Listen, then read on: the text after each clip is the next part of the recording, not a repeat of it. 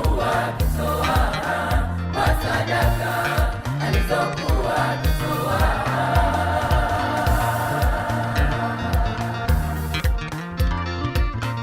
Alikuwa ni mwanamke Dorikasi aliyekuwa akisaidia watu. Alikuwa ni mwanamke Dorikasi aliyegawa matendo mema kwa sadaka alizokuwa akitoa, kwa sadaka alizokuwa akitoa.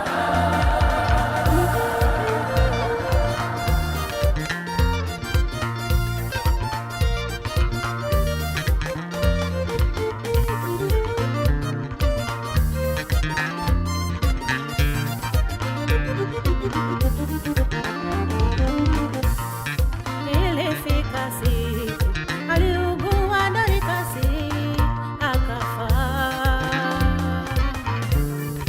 Ilifika siku aliugua Dorikasi akafa. Watu walimlilia Mungu, Mungu umfufue Dorikasi. Watu walimlilia Mungu, Mungu umfufue Dorikasi.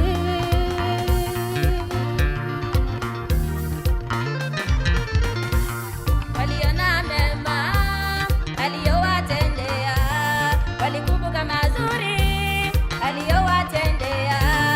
Waliona mema aliyowatendea, walikumbuka mazuri aliyowatendea.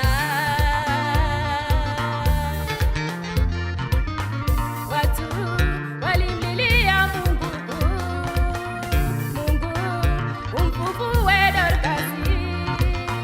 Watu walimlilia Mungu, Mungu umfufue Dorikasi.